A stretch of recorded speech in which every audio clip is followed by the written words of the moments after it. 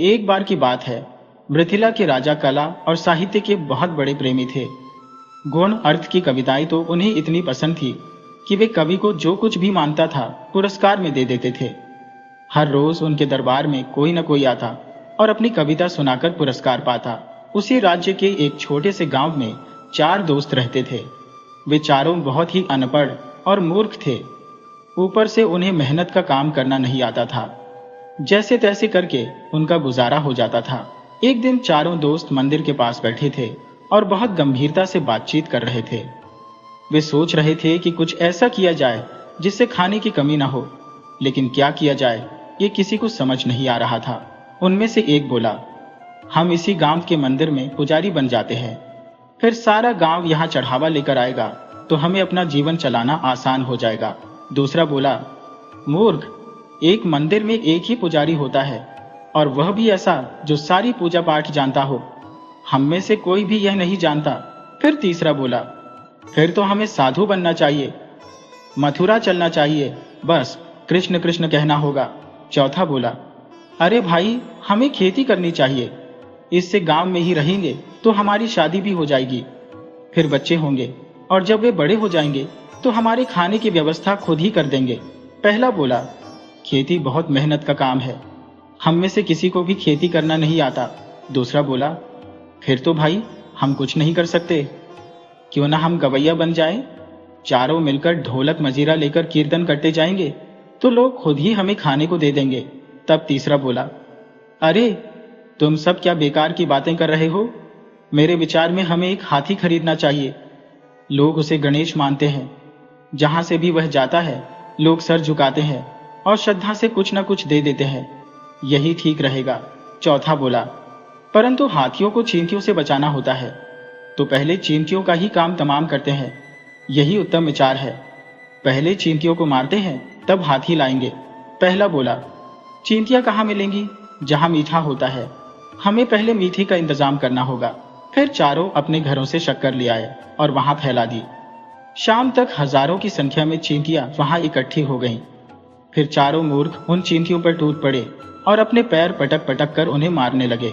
एक ने गुस्से में कहा, हमारे हाथी की सूंड में घुसेगी। दूसरा बोला, बेचारा कितना तड़पेगा, इन्हें क्या पता इनका क्या बिगाड़ा है, नुकसान तो हमारा होगा।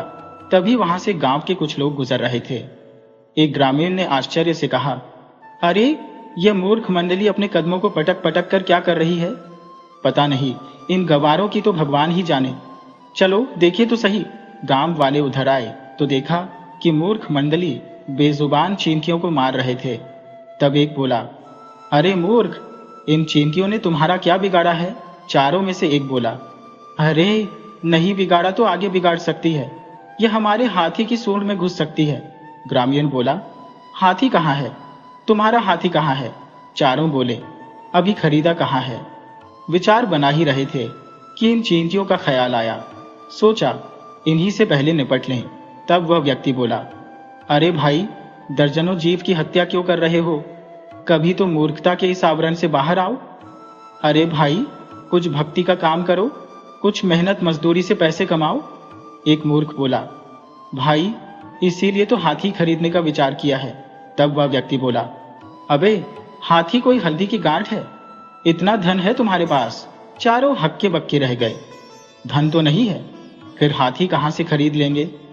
चारों बैठकर विचार करने लगे। ये बात तो सही है। चारों मित्र इसी उधेड़बुन में बैठे हुए थे कि हाथी खरीदने के लिए धन कहां से आएगा। तभी उन्हें लाल बहादुर आता हुआ दिखाई दिया। दरअसल लाल बहादुर के सिर पर एक बड़ी सी पोटली थी। वह मस्ती में कुछ गुनगुनाता हुआ आ रहा था। चारों जानते थे कि लाल बहादुर एक नया पुरस्कार और कुछ न कुछ धन लेकर आ ही रहा है। एक ने पुकारा, ओ भैया लाल बहादुर, तनिक इधर तो आओ। कवि महोदय संकेत भाव से उनके पास आए। कवि महोदय ने कहा, तुमने अचानक अकारण पुकारा, अहित तो नहीं कर रहे हो हमारा? एक मूर्ख ने कहा, इस पोटली में पुरस्कार का धन मिला होगा ना, और इसको तुम अकेले ही लेकर जा रहे हो? अरे भाई, हम चारों में बांट दो। कवि ने दुख जोड़ दी, याद रखो कि राजकवि हूं मैं, अब सूली पर लटका दूंगा, मानोगे तब अच्छा। ये बताओ, एक कविता सुनाने का क्या पुरस्कार मिलता है? चारों ने कहा, यह तो कविता पर निर्भर होता है।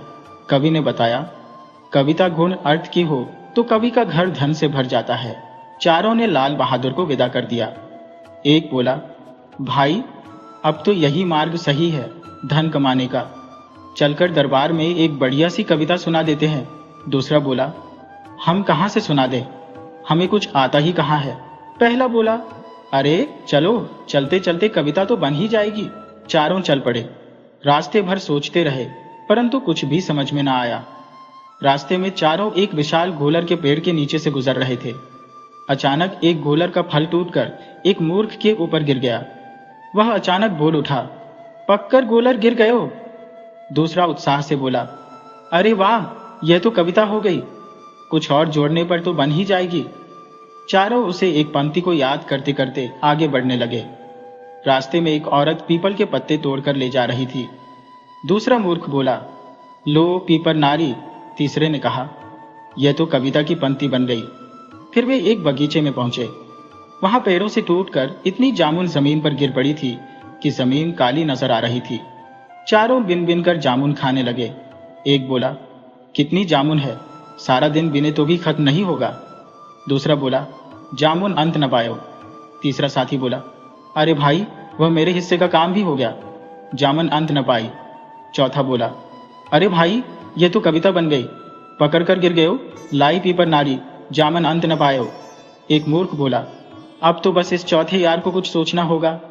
चौथा बोला, मैं भी सोच लूंगा, कुछ नजर तो आने दो। फिर चारों वहां से चल पड़े। अब मिथिला नगरी दिखाई देने लगी थी। चौथा अभी तक कुछ सोच नहीं पाया था। तभी उन्हें दो औरतें लड़ाई करती हुई दिखाई पड़ी। उनमें से एक वृद्धा थी और दूसरी जवान थी। चारों वृद्धा के पास पहुंचे और उनसे पूछने लगे, आपस में झगड़ने का कारण क्या है? वृद्धा बोली, यह तो मेरी बहू है, सास बहू तो आपस में झगड़ा करती ही है, तुम अपना रास्ता नापो।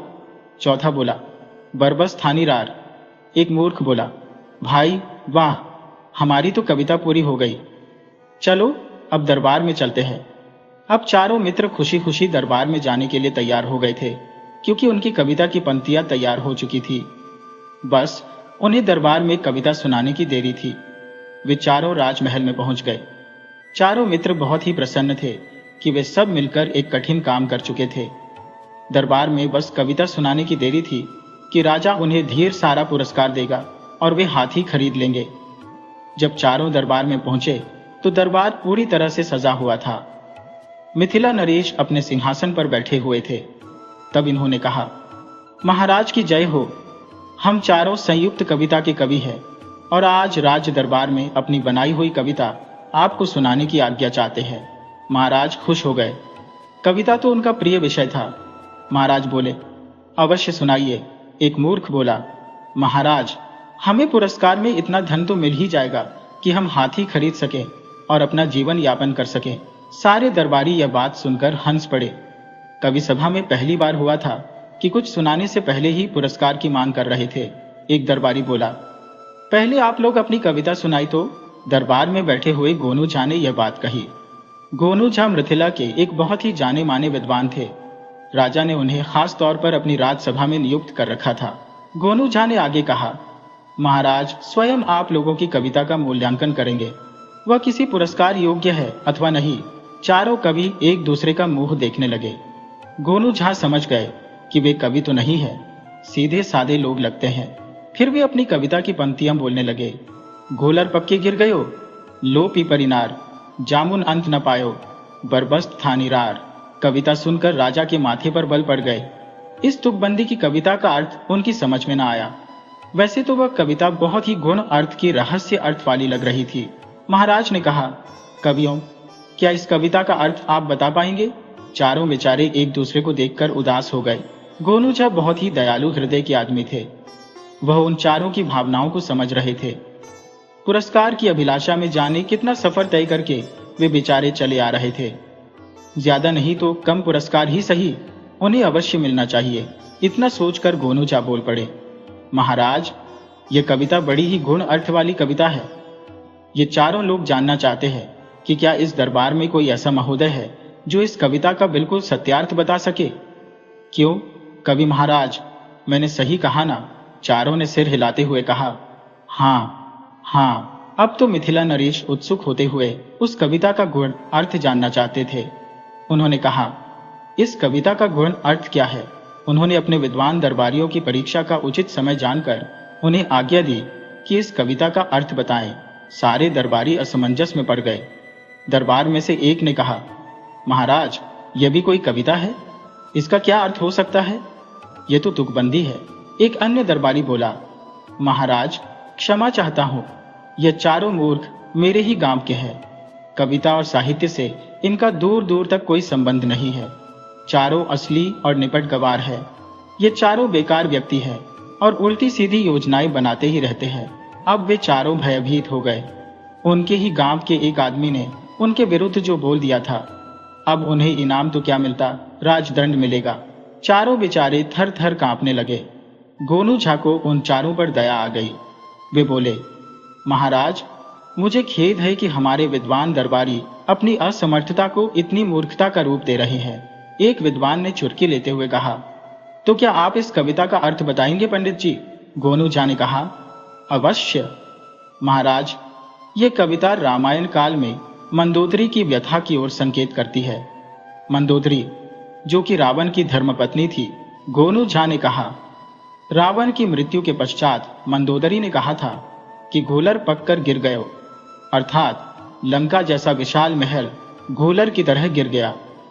लो पीपर नारी, अर्थात कि उसका पति रावण पर स्त्री का हरण करके लाया था। महाराज मंत्रमुग्ध हो गए। क्या गुण अर्थ की कविता निकाला था? गोनू झा ने आगे स्पष्ट करते हुए कहा, जामन अंत न पायो, अर्थात जिन त्रिलोकीनाथ राघवेंद्र राजा राम के मन के योगी महायोगी भी अंत न पा सके थे। बरबस थानीरार, अर्थात राम पुरुषोत्तम से बरबस लड़ाई की। वाह वाह, अति उत्तम। क्या गुण अर्थ की कविताएं हैं? मिथिला नरेश ने कहा, बहुत ही गुण अर्थ है और बहुत ही संदेशपूर्ण कविता है। इन कवियों को हम पुरस्कार में एक हाथी सहित कुछ धन भी दे देंगे। सभी दरबारी सन्न हो गए।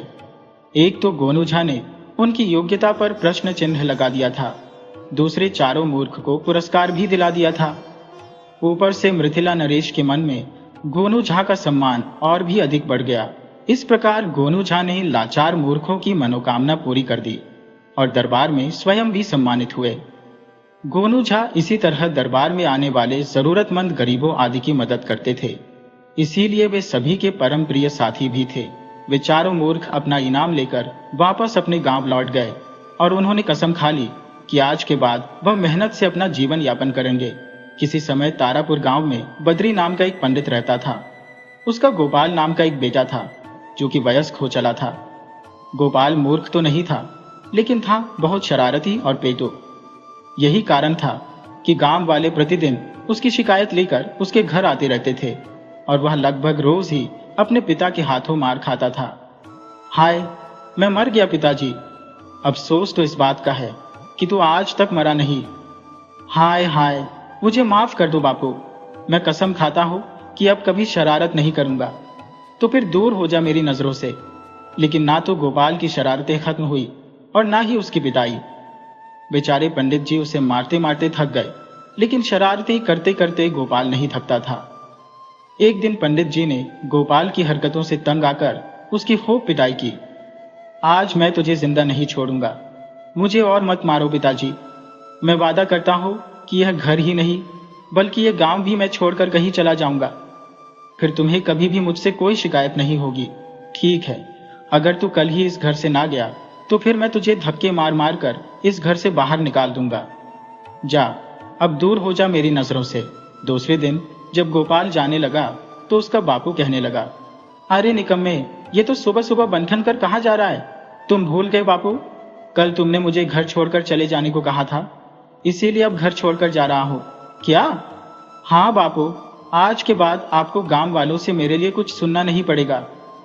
अच्छा बापू, मैं जा रहा हूं। अब मैं आपको तभी शक्ल दिखाऊंगा जब मैं कुछ बन जाऊंगा।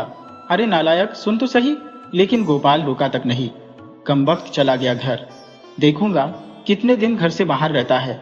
गोपाल चलते चलते गांव से निकलकर एक जंगल में पहुंच गया। उसे डर लगने लगा। हाय बापू, ये मैं कहाँ आ गया? दूर दूर तक जंगल ही जंगल है। निश्चय ही यहाँ पर शेर चीते भी होंगे। घर से चला था कि कुछ बनकर ही शक्ल दिखाऊंगा, लेकिन लगता है आज मेरी खैर नहीं है। चलो, अब मैं यहाँ आ ही गया हूँ तो आगे बढ़ता हूँ। शायद आगे मेरी फूटी किस्मत चमक जाए। अभी वह थोड़ी दूर ही गया था कि उसे एक बुढ़ा बाबा दिखाई दिया। वह उनके पास जाकर कहने लगा, बाबा जी, आप इस बेयाबयान जंगल में क्या कर रहे हैं? क्या आपका इस दुनिया में कोई नहीं है जो यहाँ अकेले बैठे हुए हो? बेटा, मैं भूखा हूँ लेकिन चल नहीं सकता हो, इसीलिए यहाँ पर बैठा हो। यदि तुम्हारे पास कुछ खाने को हो तो मुझे दे दो, भगवान तुम्हारा भला करेगा। वह सोचने लगा, मेरे पास काफी खाना पड़ा है, यदि इस बूढ़े को थोड़ा सा दे दो तो इसका पेट भी भर जाएगा और खाना खराब होने से भी बच जाएगा। ठीक है बाबा, यदि तुम्हें कुछ खिलाने से मेरा भला हो सकता है तो मैं जरूर तुम्हें कुछ खाने को दे दूंगा। लो, ये साग और पूरियां खा लो, भगवान तुम्हारा भला करे बेटा। बुढ़ा प्रसन्नता पूर्वक खाने लगा। गोपाल सोचने लगा, चलो, जिंदगी में आज पहली बार मेरे हाथों कोई अच्छा काम तो हुआ, वरना आज तक तो लोग मुझे शरारती ही कहा करते थे। खाना खाने के बाद बुढ़ा बाबा कहने लगा, मैं तुम्हारे व्यवहार से बहुत खुश हुआ बेटा। अब तुम मांगो, क्या मांगते हो? मैं मांगो? अरे, इस उम्र में क्यों बच्चों जैसी मजाक करते हो बाबा? तुम तो हर हाल से फटीचर लगते हो। भला तुम मुझे क्या दोगे? मेरे हाल पर मत जाओ बेटा, बस अपनी इच्छा बताओ। यदि ऐसी बात है तो बाबा, जो भी कोई अमूल्य वस्तु आपके पास हो वह मुझे दे दो। बूढ़े ने अपने हाथ से एक लोहे की अंगूठी निकाली और उसे गोपाल को देते हुए कहा, लो बेटा, इस अंगूठी को पहन लो। ये मेरे पास सबसे अमूल्य वस्तु है, साथ ही तुम्हारे दिए हुए भोजन का मूल्य भी है। अरे, लोहे की अंगूठी? अरे बाबा, लगता है बुढ़ापे में तुम्हारा दिमाग सठिया गया है, तभी तुम इस साधारण सी लोहे की अंगूठी को अमूल्य बता रहे हो। बच्चे, इस साधारण अंगूठी नहीं है बल्कि जादुई अंगूठी है। क्या कहा? जादुई अंगूठी? हाँ, इस अंगूठी के नख को रगड़ने से एक करामाती जिन प्रकट होगा और वह तुम्हारे मन की हर इच्छा को पूरी करेगा। एक बात याद रखना, जब तक यह अंगूठी तुम्हारे पास रहेगी तभी तक वह तुम्हारा गुलाम रहेगा। वाह, फिर तो मैं सबको दिखा दूंगा कि गोपाल मूर्ख या शरारती नहीं बल्कि दुनिया में सबसे लायक, सुशील और महान इंसान है। बाबा, क्या मैं इस अंगूठी का इसी समय परीक्षण कर सकता हूँ? क्यों नहीं गोपाल, क्यों नहीं बेटा? गोपाल ने जैसे ही अंगूठी के नख को रगड़ा कि एक जिन प्रकट हो गया और कहने लगा, क्या हुक्म है मेरे आका? मेरे स्वामी, क्या हुक्म है? ये सुनकर गोपाल कहने लगा, ठहरो जिन भाई, आदेश हम तुम्हें बाद में देंगे, पहले मैं इस चमत्कारी बाबा का धन्यवाद अदा कर दूं। अरे बाबा, कहाँ चले गए? बाबा तो चले गए, जाने दो, मुझे यह कीमती अंगूठी मिल गई है, भला अब मुझे उनसे क्या लेना देना है। प्यारे जिन, मेरे लिए कुछ पकवान और जल लेकर आ जाओ। जो आज्ञा स्वामी, कहकर जिन अदृश्य हो गया, लेकिन फिर वह भोजन के साथ प्रकट हुआ और कहने लगा, भोजन हाजिर है मेरे स्वामी। कमाल है, इतना स्वादिष्ट खाना तुम मेरे लिए लेकर आए हो, अब तो खाने का मजा ही आ जाएगा। वर्षों बाद इतना स्वादिष्ट भोजन मिला है। जरूर वह बाबा कोई पहुंचे हुए साधु होंगे जिसने मेरी परीक्षा लेने के बाद मुझे उपहार में जादुई अंगूठी दी है। जब गोपाल ने खाना खा लिया तो जिन ने अपनी शक्ति से थालियां गायब कर दी। अब मेरे लिए क्या हुक्म है आका, मेरे स्वामी? प्यारे जिन भाई, क्या तुम मुझे काशीपुर मेरी बुआ के घर पहुंचा सकते हो? उनसे मिले काफी दिन हो गया है। क्यों नहीं स्वामी, क्षण भर रुकिए, मैं अभी आपके सवारी का प्रबंधन करता हूं, कहकर जिन ने अपना हाथ हवा में घुमाया और कुछ मंत्र पढ़ने लगा। अगले ही पल, लीजिए स्वामी, आपकी यात्रा का प्रबंधन हो गया। आप इस चमत्कारी कालीन पर बैठ जाइए, फिर देखिए इसका कमाल। गोपाल के कालीन पर बैठते ही जिन भी उसके साथ कालीन पर बैठ गया। फिर जिन ने ना जाने कौन सा मंत्र पढ़ा कि कालीन हवा में उड़ चली। वाह जिन भाई, तुमने तो कमाल ही कर दिया, इतनी तेज रफ्तार से तो कोई पक्षी भी नहीं उड़ सकता है। धन्यवाद स्वामी, यह तो मेरे लिए बहुत मामूली है। पलक झपकते ही जब चमत्कारी कालीन का एक खेत के ऊपर से होकर गुजरना हुआ तो वहां काम करने वालों की भगदड़ मच गई। अरे बाप रे बाप, ये कौन सी बला हमारे गांव में आ गई है? अरे बचाओ! ऐसा मार्ग में कई बार हुआ। लोग उस अजीबोगरीब दृश्य को देखकर भय से भाग खड़े होते थे और गोपाल खुश होता हुआ फिर शीघ्र ही जिन बोला, जी स्वामी, हम काशीपुर की सीमा पर आ पहुंचे हैं। जिन भाई, जल्दी से कालीन को नीचे उतार दो, वरना यदि हमें देखकर यहाँ भी हंगामा मच गया तो फिर सब कुछ गुड़गोबर हो जाएगा और मैं अपनी बुआ के यहाँ भी शरारती के नाम से बदनाम हो जाऊंगा। समझ गया स्वामी, अभी कालीन को नीचे उतारता हूँ। जिन ने चमत्कारी कालीन को तुरंत नीचे उतार दिया। अब मेरे लिए क्या आज्ञा है स्वामी? बस जिन भाई, अब तुम अपनी चमत्कारी कालीन समेट कर गायब हो जाओ। जब तुम्हारी जरूरत पड़ेगी तब तुम्हें बुला लूंगा। अरे हाँ, ठहरो, हुक्म मेरे आका। भाई, जाने से पहले मुझे इतना और बताते जाओ कि इस समय मेरी बुआ के घर खाने को क्या बना होगा। एक क्षण रुकिए स्वामी। जिन ने पल भर के लिए आंखें बंद की, फिर आंखें खोलकर बोला, स्वामी, आज तो आपकी बुआ के घर खूब स्वादिष्ट पकवान बने हैं। खीर, मलपुआ और मोतीचूर के लड्डू भी बने हैं। वाह, फिर तो मजा आ ही जाएगा। बस अब तुम जाओ, जो आज्ञा। स्वामी, गोपाल अपनी बुआ के घर की ओर चल पड़ा। बुआ के घर पहुंचकर गोपाल अपनी बुआ को पुकारा, बुआ, ओ बुआ। कौन? अरे गोपाल बेटा, प्रणाम। बुआ, जीते रहो बेटा, जुग जुग जियो बेटा। आज तुम अचानक कैसे आ गए? तेरे पिता तो ठीक है ना? सब ठीक ठाक है? हाँ बुआ जी, और पप्पू भी बिल्कुल भला चंगा है। बहुत महीने हो गए आपकी तरफ से ना कोई खत मिला और ना ही कोई संदेशा मिला, इसीलिए बापू ने मुझे आपका हालचाल मालूम करने के लिए भेजा है। बहुत अच्छा किया बेटा जो तुम आ गए। आओ आओ बेटा, तुम्हारे भाई और भाभी भी तुम्हें देखकर बहुत खुश होंगे। बुआ कमला देवी की एकमात्र संतान लखन और उसकी पत्नी रानी थी। गोपाल को देखकर बहुत खुश हुए।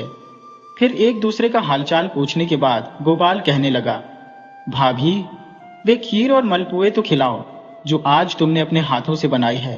क्या देवर जी, तुम्हें कैसे पता चला कि आज मैंने खीर, मलपुए और मोतीचूर के लड्डू बनाए हैं? बेटा, क्या तूने भी भैया की तरह ज्योतिष विद्या सीख ली है? अरे बुआ, बापू तो कुछ भी नहीं जानते। मैं तो अपनी ज्योतिष विद्या द्वारा सब कुछ बता और जान सकता हूँ। हर किसी का खोया पाया सब कुछ बता सकता हूँ, हर प्रश्न का जवाब दे सकता हूँ। बुआ का लड़का बोला, वाह भैया, तुम तो बड़े गुणी हो गए और हम वही किसान के किसान और अनपढ़ ही रहे। भाई लखन की बात सुनकर शरारती गोपाल का सीना गर्व से फूल उठा। अरे लखन भैया, चिंता मत करो, अब जब मैं यहाँ पर आ ही गया हो तो तुम्हें भी कुछ बनाकर ही घर वापस जाऊंगा। देखना तब तक तुम दोनों हाथों से किस तरह से धन बटोरते हो। क्या सच? बिल्कुल सच भैया। भाभी, अब जल्दी से भोजन कराओ, बड़ी जोरों से भूख लगी है। हाँ हाँ, क्यों नहीं देवर जी, आप हाथ मुंह धो लीजिए, तब तक मैं खाना पूरी और सब कुछ लगा देती हूँ। गोपाल ने एक बार फिर से छककर भोजन किया। दूसरे दिन से बुआ गांव में जहां कहीं भी जाती, मुफ्त में गोपाल की ज्योतिष विद्या का विज्ञापन कर देती। यह सुनकर गांव की एक स्त्री गोपाल की बुआ से कहने लगी, तो मैं कल ही तुम्हारे घर पर आऊंगी। भगवान करे यदि गोपाल की बताई बात से मेरा हार मिल गया तो मैं उसको एक जोड़ी धोती चढ़ाऊंगी। हाँ हाँ बहन, जरूर आना। मेरा गोपाल तुम्हारे खोए हुए हार का पता जरूर बतला देगा। अगले ही दिन जब वह महिला कमला यानी कि गोपाल की बुआ के घर पहुंची तो गोपाल उसकी सारी बातें सुनकर बोला, आप चिंता न करें चाची, और आप सब बाहर जाकर बैठे, मैं अभी आपको हार के बारे में पता करके बतलाता हूँ। बहुत अच्छा बेटा। महिला और बुआ के कमरे से बाहर जाने के बाद गोपाल ने अंगूठी के नग को घिसकर जिन को बुलाया और उससे सारी बात बताकर महिला के हार के बारे में पूछा। जिन ने उस महिला के हार के बारे में बताकर अदृश्य हो गया। गोपाल ने तुरंत उस महिला को भीतर बुलाया और कहने लगा, सुनो चाची, तुम्हारा हार चोरी नहीं हुआ है, बल्कि तुम्हारी बकरी उसे निगल गई है। आप उसे खूब सारा चारा खिलाइए, मल के साथ ही वह हार उसके पेट से बाहर आ जाएगा। महिला ने घर जाकर अपनी बकरी को खूब चारा खिलाया पिलाया। जी भरकर खाने के बाद अगले ही दिन जब बकरी ने मल किया तो सचमुच महिला का हार मल के साथ बाहर आ गया। हाँ, मिल गया मेरा कीमती हार। इस तरह कुछ ही दिनों में काशीपुर और उसके आसपास के गांवों में हर ओर गोपाल पंडित की चर्चा होने लगी। गांव में एक व्यक्ति कहने लगा, मेरा बैल नहीं मिल रहा है रामू भाई, क्या करूं? अरे भाई, घबराते क्यों हो यार? अपने गोपाल पंडित के पास चले जाओ। बैल क्या, तुम्हें उसके पूरे खानदान का पता चल जाएगा। वह व्यक्ति गोपाल के पास पहुंचा और कहने लगा, बेटा, मेरा बैल खो गया है। जिनकी मदद से गोपाल ने उस व्यक्ति को बताया, तुम्हारा बैल तुम्हारा बेटा ही चुरा कर हीरापुर के मेले में बेचने ले गया है। क्या उसकी इतनी हिम्मत? अभी ठीक करता हूं उसकी अकुल। गोपाल जिन के द्वारा ज्योतिष का प्रकांड पंडित बन गया था। हर प्रश्न का हल जिन बताता और नाम गोपाल का हो जाता। कुछ ही महीनों में बुआ कमला देवी का साधारण सा मकान एक सुंदर सी हवेली में बदल गया। लगभग 2 साल के बाद एक दिन बुआ की बहू कहने लगी, माँ जी, अब तो देवर जी का विवाह कर ही दें तो अच्छा होगा। वैसे भी इनके लिए बहुत से रिश्ते हमारे पास आ चुके हैं। तुम ठीक ही कहती हो बहू। सोच तो रही हो, अपने गांव के जमींदार राघव सिंह का प्रस्ताव मान लो। उनकी बेटी बहुत ही सुशील और सुंदर है। तब शुभ काम में देरी मत कीजिए माँ जी। ठीक है, मैं आज ही जमींदार साहब को संदेश भिजवा देती हूँ। संदेश मिलते ही जमींदार स्वयं कमला देवी से मिला और उसने खुशी खुशी गोपाल के साथ अपनी बेटी का विवाह तय कर लिया। अब मुझे आज्ञा दीजिए बहन जी, मैं अभी जाकर अपने कुल पंडित से विवाह का शुभ मुहूर्त निकलवाता हूँ। ठीक है भाई साहब। विवाह तिथि तय होने के बाद कमला देवी का लड़का लखन गोपाल के घर पहुंचा और कहने लगा, मामा जी, गोपाल भैया का विवाह हमारे गांव के जमींदार की बेटी से तय हो गया है। माँ ने मुझे आपको लाने के लिए भेजा है। आप इसी समय मेरे साथ चलें। नहीं, मैं उस नालायक के विवाह पर हरगिज नहीं जाऊंगा। तुम अपनी माँ से कहना कि वह जो उचित समझे करे। लखन के काफी समझाने बुझाने पर भी गोपाल के पिता नहीं माने। उसने कहा, गोपाल बहुत गुणवान और सुधर गया है। जब मामा जी गोपाल के विवाह पर जाने के लिए तैयार नहीं हुए तो लखन वापस लौट गया और बिना पिता की मौजूदगी में ही गोपाल का विवाह बड़ी धूमधाम से संपन्न हुआ। कुछ ही दिनों पश्चात गोपाल अपनी पत्नी से कहने लगा, प्रिय भानु, हमें स्वयं चलकर बापू से आशीर्वाद लेना चाहिए। हो सकता है तुम्हें देखकर उनका गुस्सा दूर हो जाए। हाँ जी, मैं भी आपसे यही कहना चाहती थी। जो भी हो, वे हमारे बड़े हैं, इसीलिए हमें उनसे माफी मांगने में कोई संकोच नहीं होना चाहिए। तय रहा, हम दोनों कल ही बापू के पास चल रहे हैं। मैं आज ही बुआ से कह दूंगा। नहीं, परसों चलेंगे। परसों मंगलवार है और मंगलवार शुभ दिन होता है। और मंगलवार के दिन अपनी बुआ से विदा लेने के बाद वे अपने ससुर के पास विदा लेने के लिए जाने लगे तो उसका ससुर बोला, बेटा गोपाल, अच्छा होता यदि तुम पैदल जाने की जिद छोड़कर कुछ मजदूर और पालकी ले जाते। कम से कम सफर तो आराम से कट ही जाता। नहीं पिताजी, हम पैदल ही जाएंगे। फिर मैं ज्योतिष हूँ और अच्छी तरह जानता हो कि मुझे यह सफर किस तरह तय करना चाहिए। ठीक है बेटा, जैसा तुम उचित समझो।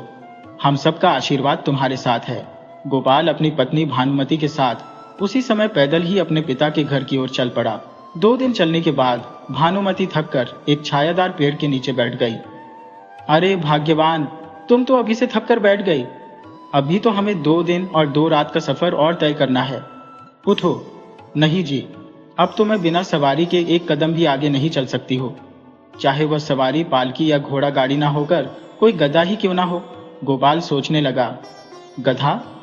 वैसे गधे का प्रबंधन करना कौन सा मुश्किल काम है। पत्नी की यह इच्छा तो अवश्य ही पूरी करनी चाहिए। और गोपाल का शरारती दिमाग बहुत समय के बाद फिर एक नई शरारत करने के लिए उतावला हो उठा। वह एक नई शरारत की योजना बनाकर बोला, ठीक है प्रिय, जब तुम पैदल नहीं चलना चाहती हो तो यहीं बैठकर कुछ देर सुस्ता लो। तब तक मैं जरा सामने वाले पोखर में नहा धोकर आता हूं। ठीक है स्वामी, जाइए। गोपाल पोखर की ओर बढ़ गया और सोचने लगा, अब मैं गधा बनकर भानु से जरा मजाक करूंगा। कम से कम सफर में कुछ तो मस्ती होनी चाहिए। फिर पत्नी से छेड़छाड़ करना कोई शरारत थोड़ी ही कहलाता है। गर्मी बहुत है, पहले नहा लो, फिर गधा बनूंगा। गोपाल पोखर में उतर गया और खूब जी भरकर नहाने धोने लगा। वाह, सारी थकान उतर गई। अब यहीं जिन को बुला लेता हूं, वरना बाहर किसी की दृष्टि मुझ पर पड़ गई तो अंगूठी का भेद खुल जाएगा। गोपाल ने अंगूठी रगड़ी। तुरंत जिन हाजिर हुआ। क्या हुक्म है मेरे स्वामी? जिन भाई, मुझे इसी समय गधा बनाकर अदृश्य हो जाओ। गोपाल को उसी समय गधा बनाकर जिन अदृश्य हो गया। ये हुई न बात, अब बाहर निकलो। लेकिन गोपाल के हाथ की अंगूठी ने जब गधे की खुर का रूप धारण किया तो उसकी जादुई अंगूठी पानी में गिर गई। अंगूठी के निकल जाने से बेखबर गोपाल ने पोखर से बाहर निकलकर एक जोरदार अट्ठास लगाया। ढेचू ढेचू! अरे, ये मेरी जगह गद्दी की आवाज कैसे मेरे मुंह से निकल रही है? तुरंत गद्दी रूपी गोपाल का ध्यान अपने अगले पैरों की ओर गया। हे भगवान, मेरी अंगूठी कहाँ चली गई? जरूर वह पोखर में ही कहीं गिर गई होगी। हाय हाय, अब मैं क्या करूं? अब क्या होगा? अब मैं दोबारा इंसान कैसे बनूंगा? गोपाल अब अपनी शरारत पर आंसू ही बहा सकता था, सो बहाने लगा। उधर जब काफी देर तक गोपाल वापस नहीं लौटा तो भानुमति परेशान हो उठी। इतनी देर हो गई, वे अभी तक नहीं नहाकर आए। चलकर पोखर पर देखना चाहिए, यहां भी नहीं है। कहां चले गए? तभी उसे ढेचू ढेचू की आवाज करता हुआ एक गद्दा दिखाई दिया। भानु ने गद्दे से पीछा छुड़ाने की काफी कोशिश की। उफ, ये गधा तो मेरा पीछा छोड़ने का नाम ही नहीं ले रहा है। अब तो मुझे इसे सबक सिखाना ही पड़ेगा। ढेचू ढेचू! अरे भाग्यवान, पहचान मुझे, मैं तेरा पति हूँ। भानु ने पास ही के एक पेड़ से एक डाल तोड़ी और लगी गद्दे की पिटाई करने। हाय बेदर्द! इतनी बेदर्दी से अपने पति को मत मार, मुझे पहचानने की कोशिश कर। तभी एक धोबिन अपने खोए हुए गद्दे को ढूंढती हुई वहां पर आ पहुंची और कहने लगी, यह तो हमारा गधा है, मोती है। वे औरत उसे पीट रही है और वह कलमुहा दिन तक मारता नहीं है। कमबख्त को मैं पीटती हो तो चिल्ला चिल्ला कर आसमान सिर पर उठा लेता है। अभी बताती हो बच्चों को, वह औरत कहने लगी। अरे बीबी जी, क्यों मेरे मोती को बेरहमी से मार रही हो? क्या बिगाड़ा है इसने? आए, अब ये कौन आ गई जो इसे अपना मोती कह रही है? अच्छा, तो ये गधा तुम्हारा है?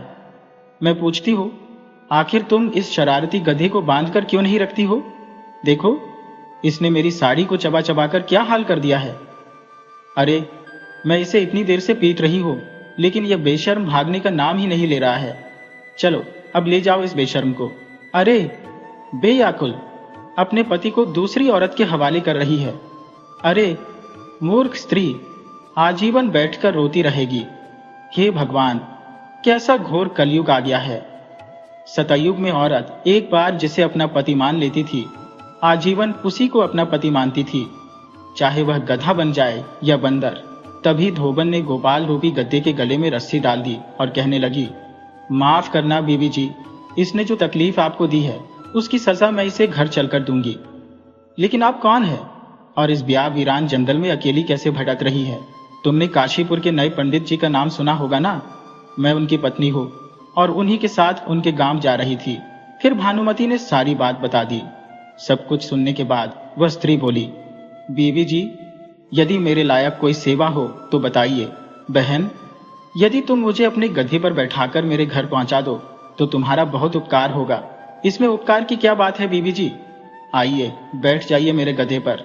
और धोबिन भानुमति को गधे पर बैठाकर काशीपुर गांव की ओर चल पड़ी। चलते चलते गोपाल सोचने लगा, हाय, मैंने तो भानु से मजाक करने की सोची थी। क्या मालूम था कि गधा बनकर मुझे उसे अपनी सवारी भी करनी पड़ेगी।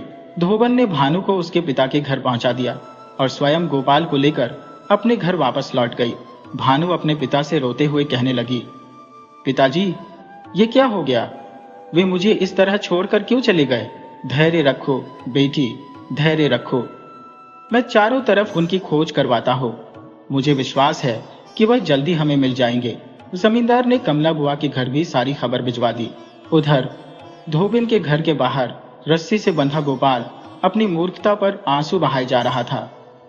हाय, मैंने अपनी शरारत से अपना क्या हाल बना लिया है।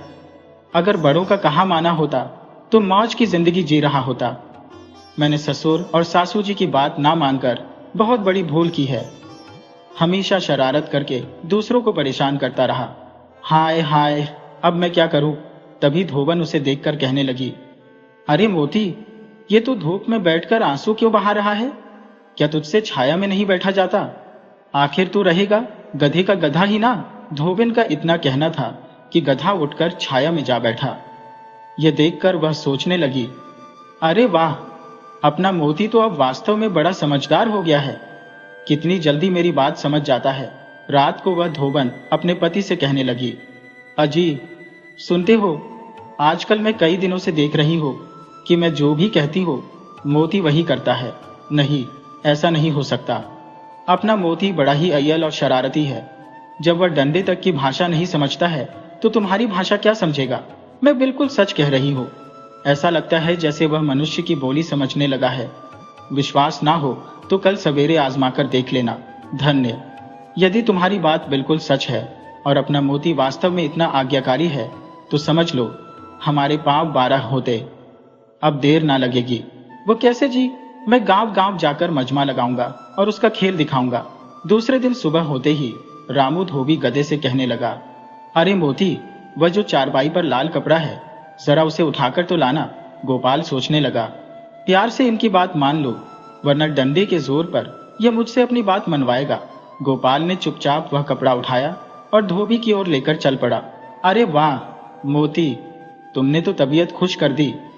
अब तुम देखना मैं तुम्हें रोज कितनी हरी हरी घास खिलाता हूँ। हाय हाय, घास खाकर तो मेरा पेट खराब हो गया है। अब पता नहीं कब स्वादिष्ट खाना खाने को मिलेगा।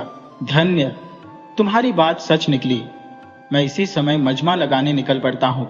उधर गधा अपने मन में भनभना रहा था, ये काठ का उल्लू मुझे जमूरा बनाकर मजमा लगाएगा। वाह रे मेरी किस्मत। चलो ये जिंदगी भी सही। पहले मैं पंडित के रूप में लोगों को कुछ बताता था, अब गधे के रूप में बताऊंगा। धोबी उसी दिन से मजमा लगाकर खूब धन बटोरने लगा। देखो भाइयों, देखो मेरे समझदार गद्दे का चमत्कार। देखो देखो देखो, ये मनुष्यों की बोली कैसे समझता है। इसी तरह तमाशा दिखाता पर रामू धोबी एक दिन गोपाल के साथ काशीपुर के जमींदार की हवेली के सामने जा पहुंचा। वहां जोर जोर से ढोल बजाकर कहने लगा, आओ भाइयों आओ, समझदार गधे का कारनामा देखो। अपने घर से गधे को देखकर भानु सोचने लगी, अरे यह तो वही गधा मालूम पड़ता है जिसने मेरी नाक में दम कर दिया था। जल्दी ही गोपाल की नजर भी अपनी पत्नी भानुमति पर पड़ गई और वह सोचने लगा, वह रही मेरी पत्नी। अरे भाग्यवान, एक बार तो मुझे पहचान ले, मुझे गले से लगा ले। उसकी दृष्टि पड़ते ही भानुमति वहां से चली गई। हाय हाय रे मेरी फूटी किस्मत। बेटी अपने बाप के घर खुशहाल है और मैं मजमा लगा ससुराल के सामने गधे के रूप में खड़ा हूं। काश मैं एक बार बुआ, लखन भैया और भाभी से मिल सकता। तभी एक व्यक्ति आकर बोला, एही मारी, तुझे जमींदार साहब की बेटी यानी कि छोटी मालकिन हवेली में बुला रही है। क्या कहा? छोटी मालकिन बुला रही है? हाँ, अब लगता है आज मेरी किस्मत खुल जाएगी। चलो भाई चलो। हवेली के अंदर पहुंचकर मदारी कहने लगा, प्रणाम मालकिन। गोपाल भी धेचू धेचू करके कहने लगा, प्रणाम पिताजी। तब जमींदार बोला, मदारी, हम तुम्हारा तमाशा देखना चाहते हैं। अभी लीजिए मालिक। अरे जमूरे, तू छोटी मालकिन के पास कहाँ जा रहा है? चल इधर आ। लेकिन गोपाल ने आगे बढ़कर भानुमति की साड़ी का पल्लू अपने मुंह में दबा लिया। भानुमति कहने लगी, अरे मोती, तू अभी तक मुझे नहीं भूला। मेरी साड़ी फिर से पकड़ ली तूने। भला तूने मुझे कैसे पहचान लिया? गधा मन में कह रहा था। मैं तुम्हें कैसे भूल सकता हूं प्रिय, तुम्हारी वजह से ही तो मेरी यह हालत हुई है। तब तक धोबी चिल्लाया, अरे मोती के बच्चे, छोड़ मालकिन की साड़ी, वरना रहने दो मदारी, मुझे इससे कोई शिकायत नहीं है।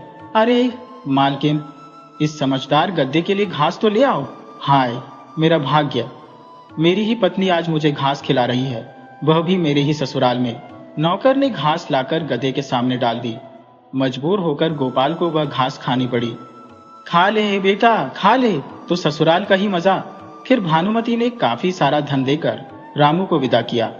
भगवान, इस बार मेरे ससुर ने मुझे किस तरह से विदा किया, पता नहीं अब मैं कब तक अपनी पत्नी से मिल पाऊंगा।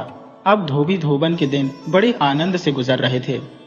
एक दिन धोबी ने धोबन से कहा, सच धनु, मोती की वजह से तो हमारे दिन ही फिर गए हैं। घर में किसी चीज की कोई कमी ना रही। अजी, तभी तो मैं भी मोती का खूब ध्यान रखती हूँ और उसे पेट भरकर घास खिलाती हूँ। यह सुनकर गोपाल सोचने लगा, अरे धोबन और धोबी के बच्चे, मौका आने दो। एक दिन मैं भी रस्सी तोड़कर भाग न गया तो मेरा भी नाम गोपाल पंडित नहीं। देखना, जल्दी ही तुम दोनों फिर लोगों के कपड़े धोते फिरते रहोगे और एक दिन जब रामू गोपाल को लेकर मजमा करने जा रहा था तो गोपाल को भागने का मौका मिल गया।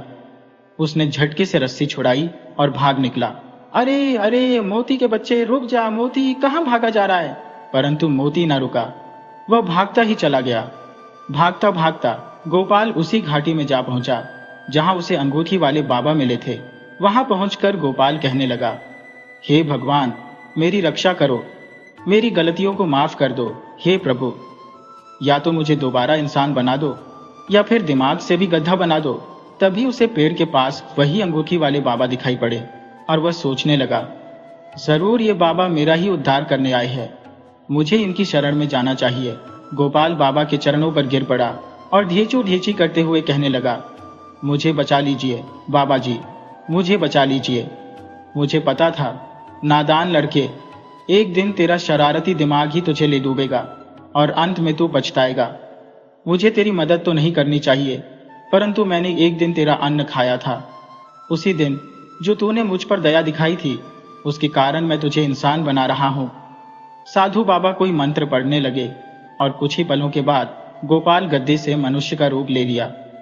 गोपाल बाबा जी के चरणों में गिरकर कहने लगा, बाबा जी, आपका यह उपकार मैं जीवन भर नहीं भूलूंगा। तो फिर मुझे वचन दो कि अब तुम भविष्य में फिर कभी शरारत नहीं करोगे और सबका आदर करते हुए उन्हें प्रसन्न रखने की कोशिश करोगे। मैं आपको वचन देता हूं बाबा। गोपाल का वचन देना था कि साधु बाबा अदृश्य हो गए। उनके अदृश्य होते ही अपनी पत्नी भानुमति से मिलने के लिए काशीपुर चल पड़ा। गोपाल सही सलामत काशीपुर अपने ससुराल पहुंचा। गोपाल को सही सलामत देखकर जमींदार और उसकी बेटी भानुमति बहुत ही खुश हुए। जब कमला बुआ और लखन को गोपाल के आने का पता चला तो वे दोनों दौड़े दौड़े जमींदार की हवेली पर पहुंचे। बुआ कहने लगी, बेटा तू कहाँ चला गया था? बस बुआ जी, समझ लीजिए कि मैं रास्ता भटक गया था और कहीं का कहीं पहुंच गया था, लेकिन अब बिल्कुल सही रास्ते पर आ गया हूं। कुछ दिनों के बाद गोपाल अपने ससुर से कहने लगा, अब हमें विदा कीजिए पिताजी। जाओ बेटा, ईश्वर तुम्हें हमेशा खुश रखे। तभी उसकी पत्नी भानुमति कहने लगी, लेकिन अब मैं तारापुर पैदल नहीं जाऊंगी। बिल्कुल नहीं जाएंगे प्रिय, जिस तरह पिताजी हमें विदा करेंगे उसी तरह जाएंगे। जमींदार ने घोड़ी और पालकी आदि देकर बड़ी ही धूमधाम से बेटी और दामाद को विदा किया। जब गांव पहुंचकर गोपाल ने अपने पिता के चरण छुए और कभी शरारत ना करने की कसम खाई तो उसके पिता ने प्यार से उसे सीने से लगा लिया। मेरे बेटे, आज मैं तुमसे बहुत खुश हूं। अब गोपाल में काफी सुधार आ चुका था। वह अब कोई शरारत नहीं करता था, बल्कि लोगों की सहायता करता था। अब उसके पिताजी भी उससे काफी प्रसन्न रहते थे। इस तरह से गोपाल के दिन सुख से कटने लगे। बिल्कुल नहीं जाएंगे प्रिय, जिस तरह पिताजी हमें विदा करेंगे उसी तरह जाएंगे। जमींदार ने घोड़ी और पालकी आदि देकर बड़ी ही धूमधाम से बेटी और दामाद को विदा किया। जब गांव पहुंचकर गोपाल ने अपने पिता के चरण छुए और कभी शरारत ना करने की कसम खाई तो उसके पिता ने प्यार से उसे सीने से लगा लिया। मेरे बेटे, आज मैं तुमसे बहुत खुश हूं। अब गोपाल में काफी सुधार आ चुका था। वह अब कोई शरारत नहीं करता था, बल्कि लोगों की सहायता करता था। अब उसके पिताजी भी उससे काफी प्रसन्न रहते थे। इस तरह से गोपाल के दिन सुख से कटने लगे।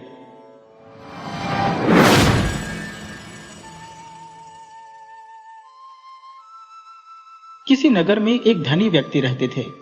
उनका नाम था लाल जी, किंतु उनकी कंजूसी के कारण लोग उन्हें लाला जी कहकर पुकारने लगे। जब लाला जी बूढ़े हो गए तो उन्होंने सोचा कि सारा जीवन पैसे कमाने में व्यतीत कर दिया और अब तक किसी प्रकार का दान पुण्य नहीं किया, इसलिए मरने से पहले कुछ करना चाहिए। उन्होंने सुना था कि अंतिम समय में गाय का दान करने से सभी पाप मिट जाते हैं और मनुष्य सद्गति को प्राप्त होता है। लाला जी ने सोचा, क्यों ना गाय का दान कर दिया जाए। यह निश्चय करके वह गाय की तलाश में निकल पड़े। एक पेड़ के नीचे उन्हें एक ग्वाला मिला जिसके पास एक मरियल सी गाय थी। लाला जी ने उसके साथ गाय का सौदा करने की बात की, लेकिन सौदा पटा नहीं। लाला जी 2 से अधिक नहीं देना चाहते थे, जबकि वह ग्वाला 2.25 रुपए से कम पर अपनी गाय को नहीं बेचना चाहता था।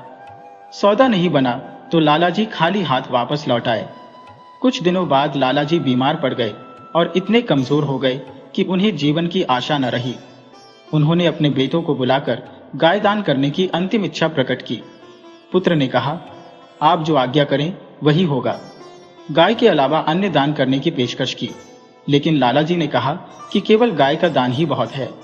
लाला जी ने बताया कि फलां जगह पर एक पेड़ के नीचे एक ग्वाला है। कुछ समय पहले वह गाय की कीमत 2.25 बता रहा था।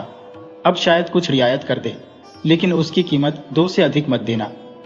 पिताजी की आज्ञा पाकर बेटा उस ग्वाले के पास पहुंचा और 2.25 में गाय खरीद कर ले आया।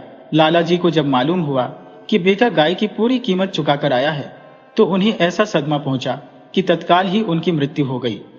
वह गाय जो पहले से ही बहुत कमजोर थी, अब और भी ज्यादा कमजोर हो चुकी थी। अतः लाला जी की मृत्यु के 4 घंटे बाद ही वह गाय भी चल बसी। मरने के बाद लाला जी की आत्मा को यमदूत के पास पहुंचाया गया। यमदूत ने कहा, आपने अपने जीवन में पुण्य का कोई काम नहीं किया। मरते समय एक गाय का दान किया था, वह भी 4 घंटे बाद मर गई थी। इसीलिए आपको 4 घंटे का स्वर्ग मिलेगा, बाकी समय आपको नर्क में बिताना पड़ेगा। लाला जी बोले, कोई बात नहीं, मुझे 4 घंटे के लिए स्वर्ग मिला है तो ले लूं। पहले मुझे स्वर्ग भेज दीजिए, बाकी का समय मैं नर्क में बिता लूंगा। यमदूत ने कहा, पहले 1000 वर्ष नर्क में जाना होगा, उसके बाद ही आपको स्वर्ग भेजा जाएगा। लाला जी अड़ गए और बोले, मैं पहले स्वर्ग जाना चाहता हूं। यमदूत ने डांटते हुए कहा, स्वर्ग पहले नहीं, पहले नर्क की हवा खाओ, यही हमारा नियम है। दोनों में वाद विवाद चल ही रहा था कि तभी वह गाय भी वहां पहुंच गई जिसे लाला जी ने मरते समय दान किया था। गाय लाला जी के पास खड़ी होकर विनम्र स्वर में बोली, मैं आपका कमाया हुआ पुण्य हूं, इसीलिए 4 घंटे तक आपकी सहायता करने आई हूं। आप आज्ञा दें कि मैं आपकी क्या सेवा कर सकती हूं। गाय को अपना सहायक पाकर लाला जी को बहुत राहत मिली। वह बोले, यह यमदूत मेरी बात नहीं मानता, मुझे पहले नर्क भेजना चाहता है। यदि तुम सचमुच मेरी सहायता के लिए आई हो तो इसे मजा चखा दो। यह सुनते ही गाय ने अपने सींग उठाए और यमदूत की ओर दौड़ी। यमदूत वहां से भाग खड़ा हुआ और त्राही त्राही करता हुआ चित्रगुप्त के पास पहुंचा। यमदूत को भयभीत देखकर चित्रगुप्त ने कारण पूछा। यमदूत ने सारी बात बताई और अपनी रक्षा के लिए हाथ फैला दिए। इसी बीच लाला जी भी गाय को लेकर चित्रगुप्त के सामने उपस्थित हो गए। चित्रगुप्त ने शांत भाव से कहा, हमारे नियम के अनुसार आपको पहले नर्क जाना होगा। प्राणी के पापों का प्रायश्चित जब हो जाता है तो वह स्वर्ग का अधिकारी बनता है। लाला जी बोले, यह नहीं होगा, मैं पहले स्वर्ग भोगना चाहता हूं। चित्रगुप्त ने क्रोध में आकर लाला जी को डपट दिया और कहा, हम अपने नियम का उल्लंघन नहीं कर सकते। जीवन में तुमने थोड़ा सा पुण्य किया है और 4 घंटे के लिए स्वर्ग की प्राप्ति कर सकते हो, जबकि हमारे पास ऐसे जीवों की कमी नहीं है जो जीवन भर पुण्य कमाते हैं। उन्हें भी पहले नर्क भेजा जाता है, बाद में स्वर्ग की प्राप्ति होती है। इसीलिए पहले नर्क जाइए।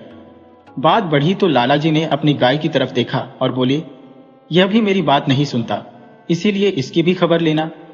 चित्रगुप्त यह सुनकर अपने प्राणों की रक्षा के लिए वहां से दौड़ पड़ा। वह त्राही त्राही करता हुआ स्वर्ग के देवता के पास भागा और सारा वृत्तांत बताया। स्वर्ग के देवता ने भी लाला जी से निवेदन किया और बोले, यह संभव नहीं है, नियमों का पालन देवता और दानव दोनों के लिए जरूरी है। लाला जी और भी क्रोधित हो गए और अपनी गाय को आदेश दिया, जरा इनकी भी खबर लो। अब तो यमदूत, स्वर्ग के देवता और चित्रगुप्त तीनों अपनी जान हथेली पर रखकर वहां से भाग खड़े हुए और कैलाश पर्वत पर पहुंचे। अचानक इन लोगों के आने के कारण भगवान शंकर हैरान हुए। उन्होंने भी लाला जी को वही निर्णय दिया जो यमदूत, चित्रगुप्त और स्वर्ग के देवता दे चुके थे। इसी बीच गाय का समय भी समाप्त हो गया और वह वापस लौट गई। अब लाला जी असहाय हो गए।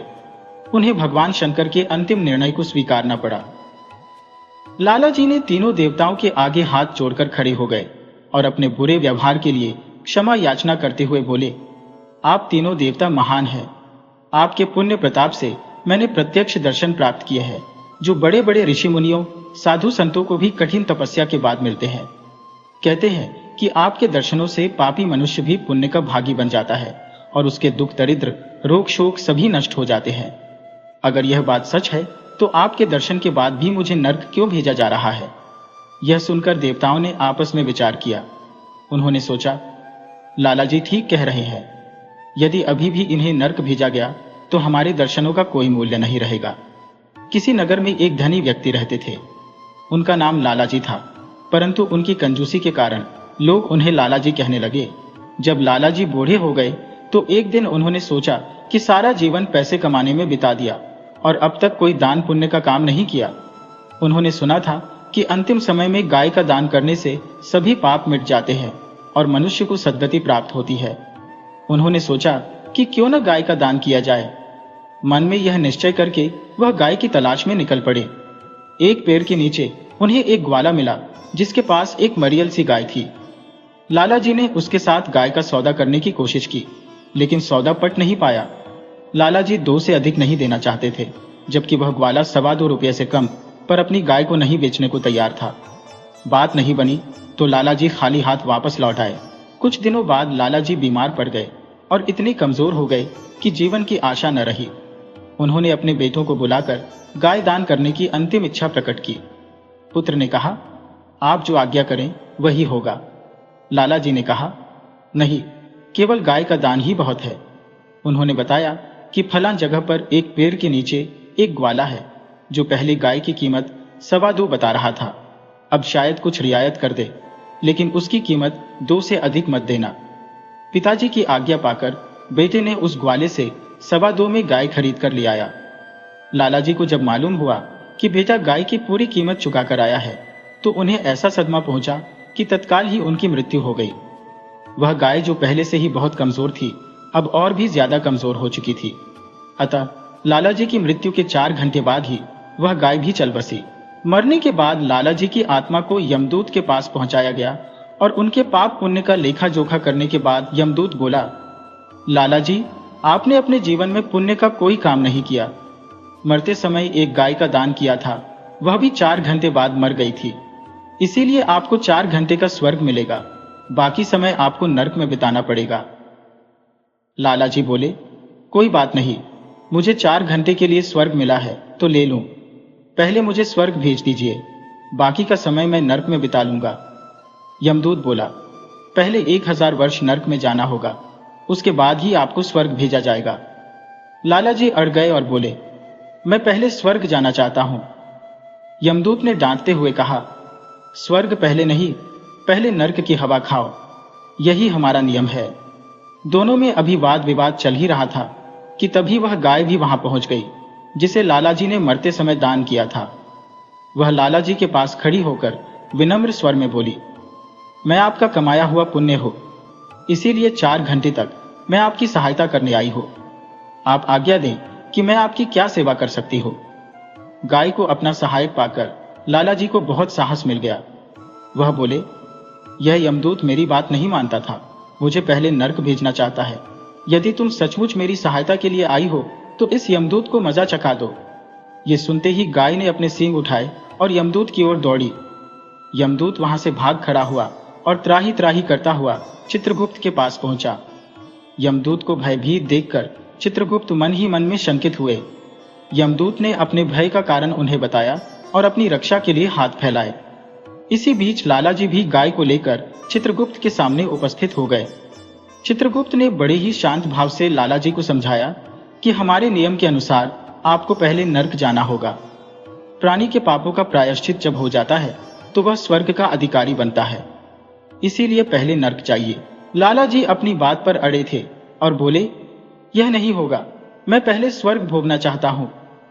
चित्रगुप्त ने क्रोध में आकर लालाजी को डपट दिया और कहा, हम अपने नियम का उल्लंघन नहीं कर सकते। जीवन में तुमने थोड़ा सा पुण्य किया है और 4 घंटे के लिए स्वर्ग की प्राप्ति कर सकते हो, जबकि हमारे पास ऐसे लोग भी हैं जो जीवन भर पुण्य कमाते हैं, उन्हें भी पहले नरक भेजा जाता है, बाद में स्वर्ग की प्राप्ति होती है, इसलिए पहले नरक जाइए। बात बढ़ी तो लालाजी ने अपनी गाय की तरफ देखा और बोले, यह भी मेरी बात नहीं सुनता, इसीलिए जरा इसकी भी खबर लेना। चित्रगुप्त यह सुनकर अपने प्राणों की रक्षा के लिए वहां से दौड़ पड़े। वह त्राही त्राही करते हुए स्वर्ग के देवता के पास भागे और उन्हें सारा वृत्तांत कह सुनाया। स्वर्ग के देवता ने भी लालाजी से निवेदन किया और बोले, यह संभव नहीं है, नियमों का पालन देवता और दानव दोनों के लिए ही जरूरी है। इस बार भी इनकार सुनने पर लालाजी और भी क्रोधित हो गए और अपनी गाय को आदेश दिया कि जरा इनकी भी खबर लो। अब तो यमदूत, स्वर्ग के देवता और चित्रगुप्त तीनों अपनी जान हथेली पर रखकर वहां से भाग खड़े हुए और कैलाश पर्वत पर पहुंचे। अचानक इन लोगों के आने के कारण भगवान शंकर बहुत ही हैरान हुए। उन्होंने भी लाला जी को वही निर्णय दिया जो यमदूत, चित्रगुप्त और स्वर्ग के देवता दे चुके थे। इसी बीच गाय का समय भी समाप्त हो गया और वह वापस लौट गई। अब लाला जी असहाय हो गए और उन्हें भगवान शंकर के अंतिम निर्णय को स्वीकारना पड़ा। लाला जी बहुत ही चतुर बुद्धि में चलने से पहले तीनों देवताओं के आगे हाथ जोड़कर खड़े हो गए। वह बोले, मैं अपने ऐसे बुरे व्यवहार के लिए आपसे क्षमा याचना करता हूं। आप तीनों देवता महान हैं। अपने पुण्य प्रताप से मैंने आप लोगों के प्रत्यक्ष दर्शन प्राप्त किए हैं, जो दर्शन बड़े बड़े ऋषि मुनियों, साधु संतों और भक्तों को भी कठिन तपस्या के बाद मिलते हैं, वह मैं आसानी से कर पाया हूं।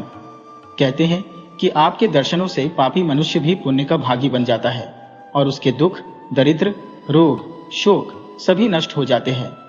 अगर यह बात सच है तो आपके दर्शन के बाद अब मेरे कौन से पाप बचे हैं जिनके कारण मुझे नरक जाना जरूरी है। यह सुनकर देवताओं ने आपस में विचार किया। लाला जी ठीक कह रहे हैं। यदि अभी भी इन्हें नरक भेजा गया तो हमारे दर्शनों का कोई भी मूल्य नहीं रहेगा। यह सोचकर देवताओं ने कहा, तुम ठीक कहते हो, हमारे दर्शनों से तुम्हारे पाप मिट गए हैं, अब तुम नरक के अधिकारी नहीं हो। यह कहते हुए देवताओं ने लाला जी को हमेशा के लिए स्वर्ग में रहने की अनुमति दे दी।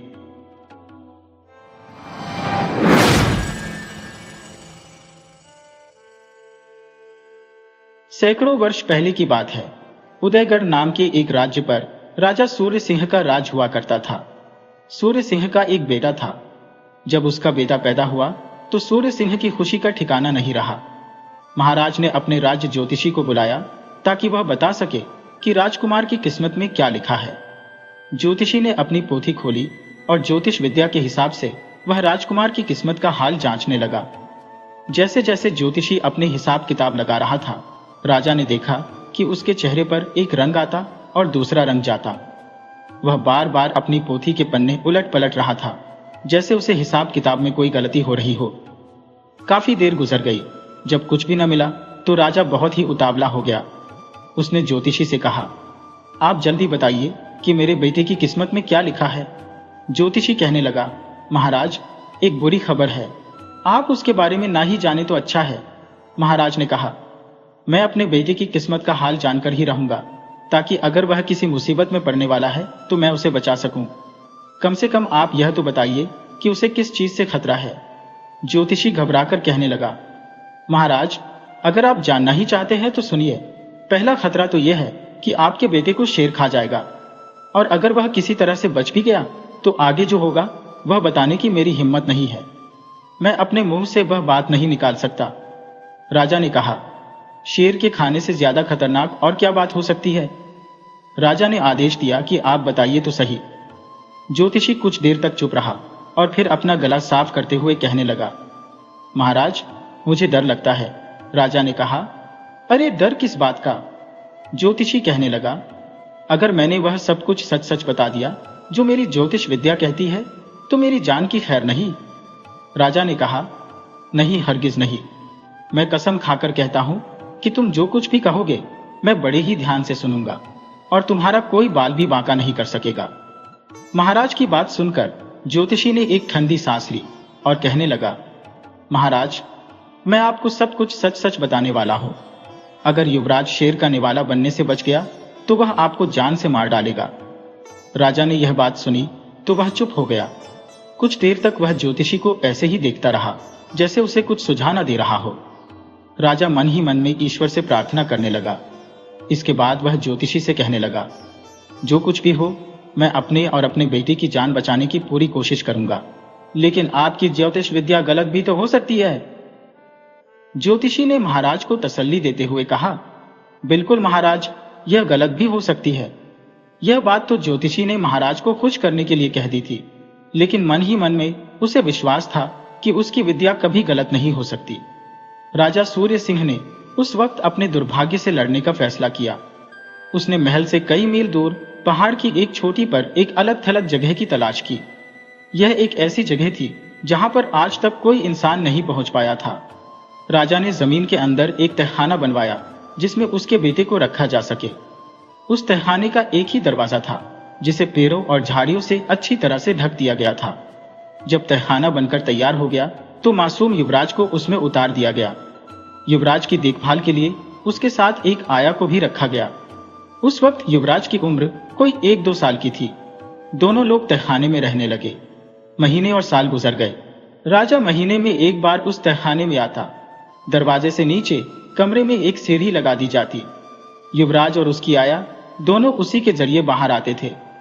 राजा अपने बेटे को गोद में लेकर प्यार करता और कुछ देर तक उसके साथ खेलता। इसके बाद आया को आदेश दिया जाता कि वह बच्चे को लेकर नीचे चली जाए। अपने बेटे के साथ कुछ समय बिताने के बाद राजा घोड़े पर सवार होकर बड़े ही दुखी मन से महल वापस लौट जाता। इसी तरह से समय गुजरता गया। सूर्य सिंह का बेटा अब 6 वर्ष का हो चुका था। एक दिन की बात है, किस्मत का करना ऐसा हुआ कि एक शिकारियों की टोली शेर का शिकार करते हुए उस तरफ आ निकली। शेर कहीं जाना चाहता था। वह दौड़ता हुआ तहखाने के पास आ गया जहां झाड़ियों के नीचे दरवाजा बना हुआ था। जैसे ही शेर का भारी भरकम शरीर उस दरवाजे पर पड़ा, दरवाजा खुल गया। शेर तहखाने के अंदर जा गिरा। शेर घबराया हुआ था और उसे भूख भी लग रही थी। शेर की नजर छोटे युवराज पर पड़ी तो वह युवराज की तरफ लपका कि तभी डर के मारे युवराज बेहोश होकर गिर पड़ा। आया ने सोचा कि शेर ने युवराज की हड्डियां तक चबा ली होंगी, लेकिन युवराज तो वहां पर बेहोश पड़ा था। इतने में शिकारी शेर की तलाश करते हुए तहखाने के पास जा पहुंचे। वहां आकर उन्हें पता चला कि शेर की दहाड़ी की आवाज जमीन के अंदर से आ रही है।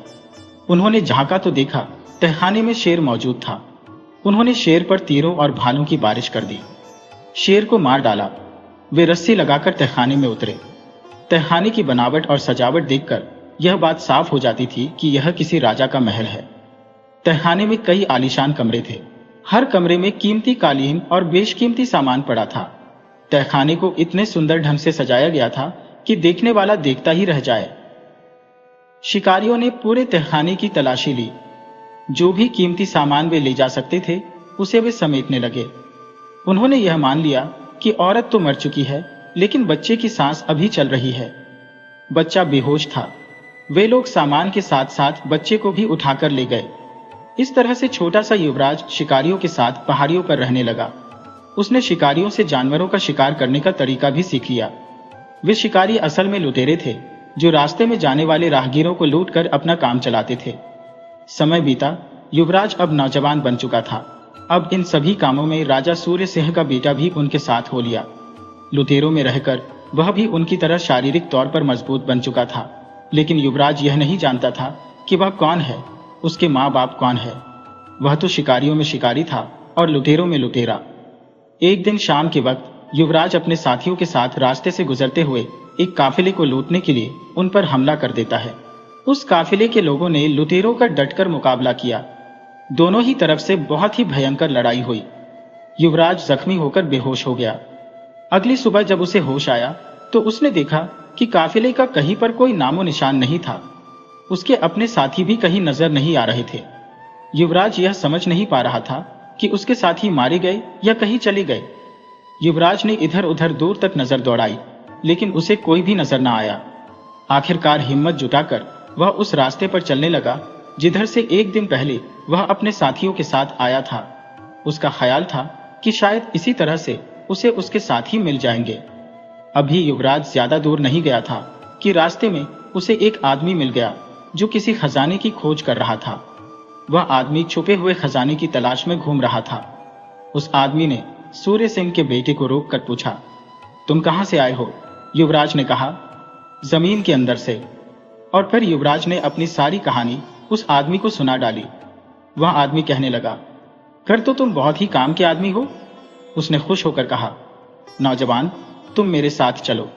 अब हम दोनों मिलकर खजाने की खोज लगाएंगे। युवराज और वह खोजी एक गुफा में रहने लगे। गुफा में कई दिन तक वह रहते रहे। वे लोग कई दिन तक उस गुफा में रहे। खाने पीने का इंतजाम वह खोजी करता था। कुछ ही दिनों में युवराज की सेहत बिल्कुल ठीक हो गई थी। अब वह पहले जैसा ताकतवर बन चुका था। एक दिन वह दोनों खजाने की खोज करने के लिए पहाड़ों की तरफ चल पड़े। खोजी को उस जगह के सारे रास्ते मालूम थे। आखिरकार वे एक पहाड़ की चोटी पर पहुंच गए और वहां पर खोजी आदमी ने अपनी जेब से एक नक्शा निकाला। फिर वह आसपास नजर दौड़ाने लगा। उसने हर तरफ घूमकर देखा। उसे तसल्ली हो गई कि वह सही जगह पर पहुंच गए हैं, तो दोनों ने मिलकर जमीन को खोदना शुरू कर दिया। अचानक जमीन के अंदर से एक बड़ा पत्थर निकला। दोनों ने खूब जोर लगाकर उस पत्थर को एक तरफ सरका दिया। नीचे एक कुआं दिखाई देने लगा। खोजी ने एक बहुत ही मजबूत रस्सा युवराज की कमर पर बांधा और कहा, तुम नीचे कुएं में उतर जाओ। नीचे अगर तुम्हें कुछ खजाना दिखाई दे तो मुझे बताना, मैं टोकरी लटका दूंगा। मेरा ख्याल है कि कुएं में इतना सोना है कि हमने अगर 10 टोकरी भी खींच ली तो सारी उम्र किसी चीज की जरूरत नहीं पड़ेगी। खोजी के कहे के अनुसार युवराज नीचे कुएं में उतर गया। उसे डर भी लग रहा था। कुआं अंदर सूखा हुआ था, उसमें पानी नहीं था। साथ ही साथ वहां पर बहुत ही अंधेरा भी था। लेकिन ध्यान से देखने पर युवराज को कुएं में पड़े हुए सोने के सिक्के दिखाई देने लगे। उसने खोजी को आवाज लगाई और कहा, कुएं में सोना है। उसी वक्त खोजी ने एक बाल्टी रस्सी की मदद से युवराज के पास पहुंचा दी। युवराज ने उस बाल्टी को सोने से भर दिया। खोजी ने वह बाल्टी ऊपर खींच ली। एक एक करके दूसरी, तीसरी, चौथी और पांचवी बाल्टी सोने से भरकर निकाली गई। अब युवराज कुएं में काफी देर तक इंतजार करता रहा। वहां कुएं में काफी सन्नाटा छाया हुआ था। अचानक गड़गड़ाहट की आवाज हुई। कुएं का मुंह बंद हो गया था। असल में खोजी की नीयत खराब हो गई थी। वह नहीं चाहता था कि युवराज उसके साथ खजाने में हिस्सेदार बने। जो सोना खोजी के हाथ लगा था उसने वह इकट्ठा किया, पत्थर रखकर कुएं का मुंह बंद किया और खुशी खुशी अपने घर वापस चल दिया। खोजी के इस तरह से धोखा दे जाने पर पहले तो युवराज को बहुत ही दुख हुआ, लेकिन फिर वह मन ही मन में अपने आप को तसल्ली देने लगा कि जन्म और मृत्यु तो ईश्वर के हाथ में है।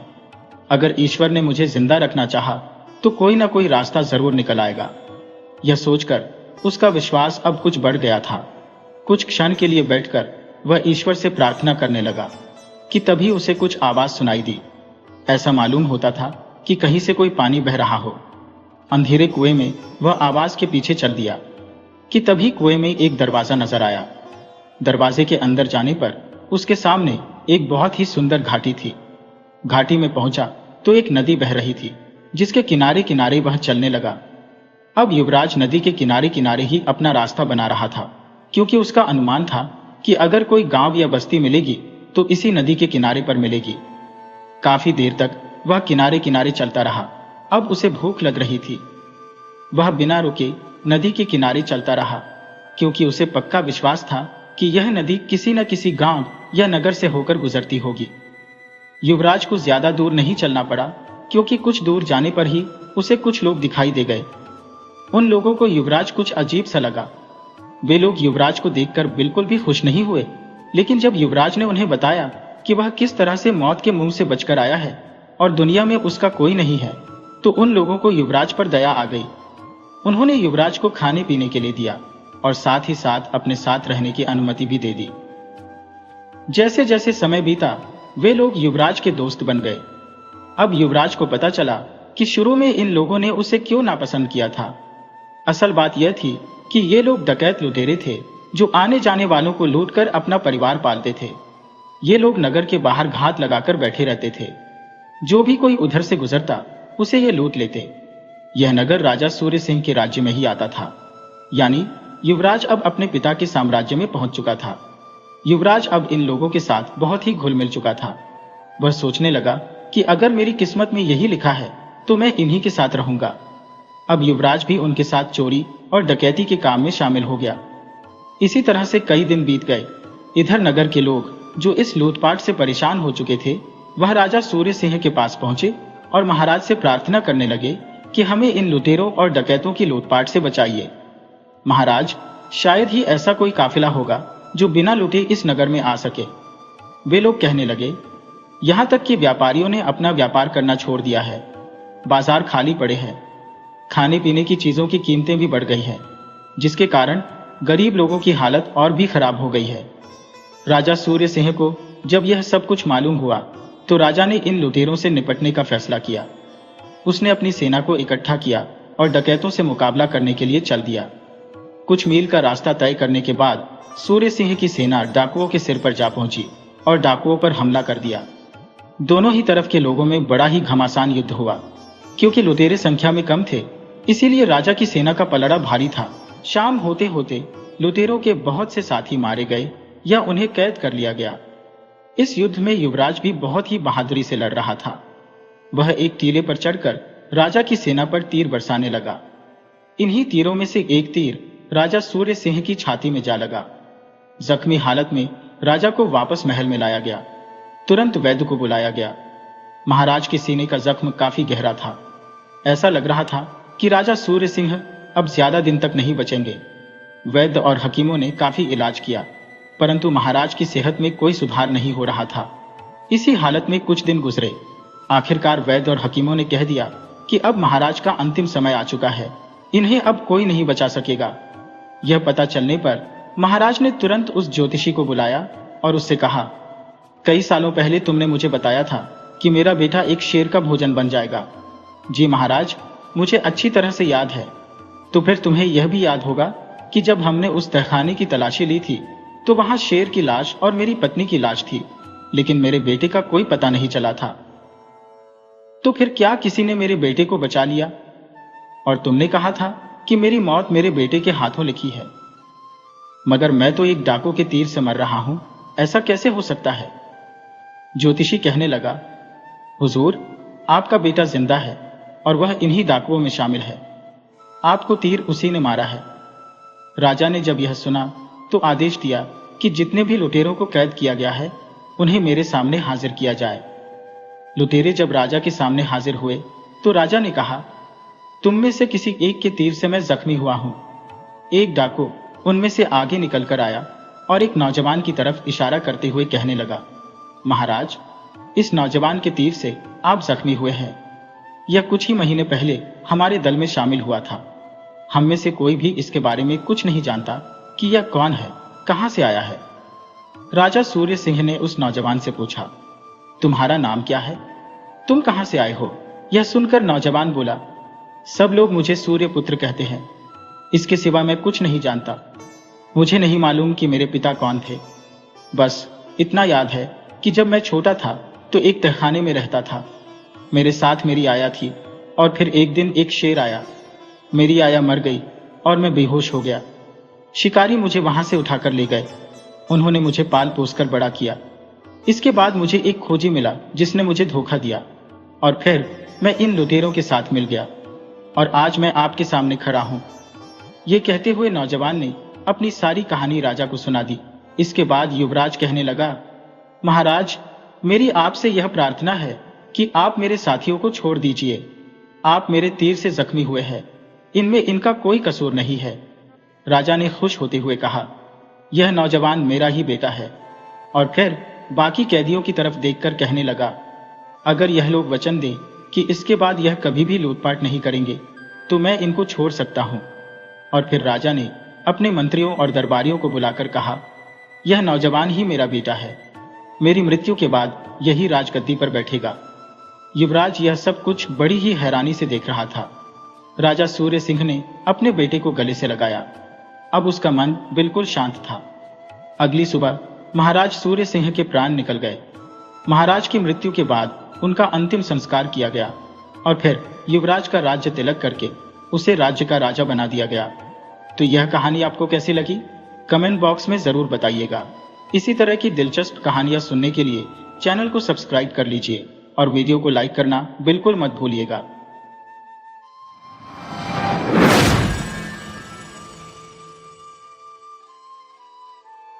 रायचरण अपने मालिक के पास नौकर का काम करता था। उसका काम मालिक के बच्चे को खिलाना था। रायचरण जब 12 वर्ष का था तब से वह यह काम कर रहा था। अब बहुत समय बीत चुका था। नन्हा बच्चा रायचरण की गोद से निकलकर स्कूल में गया, कॉलेज में दाखिल हुआ और फिर एक सरकारी नौकरी पर लग गया। किंतु रायचरण अब भी बच्चा ही खिलाता था।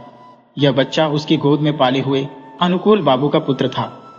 बच्चा घुटनों के बल चलकर बाहर निकल जाता। जब रायचरण दौड़कर उसे पकड़ता तो वह रोने लगता। अपने छोटे छोटे हाथों से रायचरण को मारता। रायचरण हंसकर कहता, हमारा भैया भी बड़ा होकर जज साहब बनेगा। जब वह रायचरण को चन्ना कहकर पुकारता तो उसका हृदय बहुत ही खुश होता। वह दोनों हाथ पृथ्वी पर टेक कर घोड़ा बनता और बच्चा उसकी पीठ पर सवार हो जाता।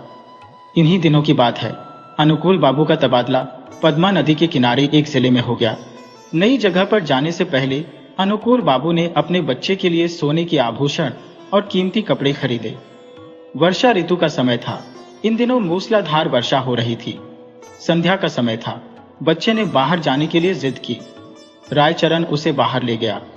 खेतों में खूब पानी भरा हुआ था। बच्चे ने फूलों का गुच्छा देखकर जिद की।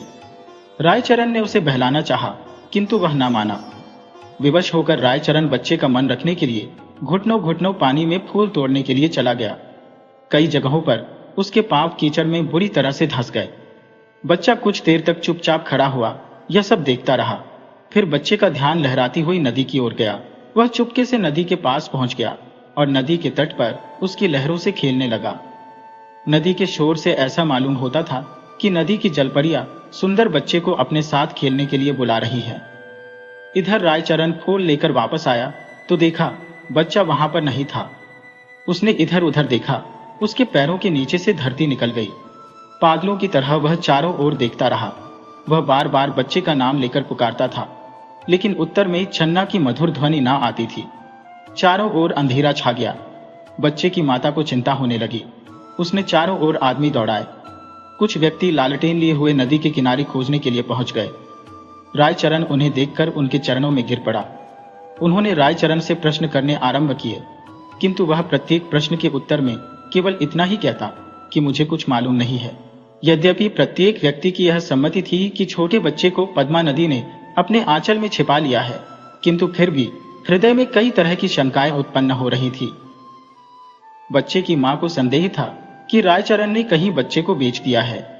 वह रायचरण को अलग ले गई और उससे विनती करते हुए कहने लगी, रायचरण, तुम मुझसे जितना चाहे रुपया ले लो, किंतु परमात्मा के लिए मुझ पर तरस खाकर मेरा बच्चा वापस लौटा दो। परंतु रायचरण कुछ उत्तर न दे सका, केवल माथे पर हाथ मारकर मौन हो गया। बच्चे की मां ने क्रोध और आवेश में उसको घर से बाहर निकाल दिया। अनुकूल बाबू ने अपनी पत्नी को बहुत समझाया, किंतु माता के हृदय से शंकाएं दूर ना हुई। वह बराबर कहती रही कि मेरा बच्चा सोने के आभूषण पहना हुआ था, अवश्य ही रायचरण ने उसे कहीं बेच दिया है। इस घटना के बाद रायचरण अपने गांव वापस चला आया। उसे कोई संतान न थी और ना ही संतान होने की कोई संभावना थी, किंतु साल की समाप्ति पर उसके घर में एक पुत्र ने जन्म लिया। परंतु उसकी पत्नी पुत्र को जन्म देते ही मर गई। घर में एक विधवा बहन थी, उसने बच्चे के पालन पोषण का भार अपने ऊपर लिया।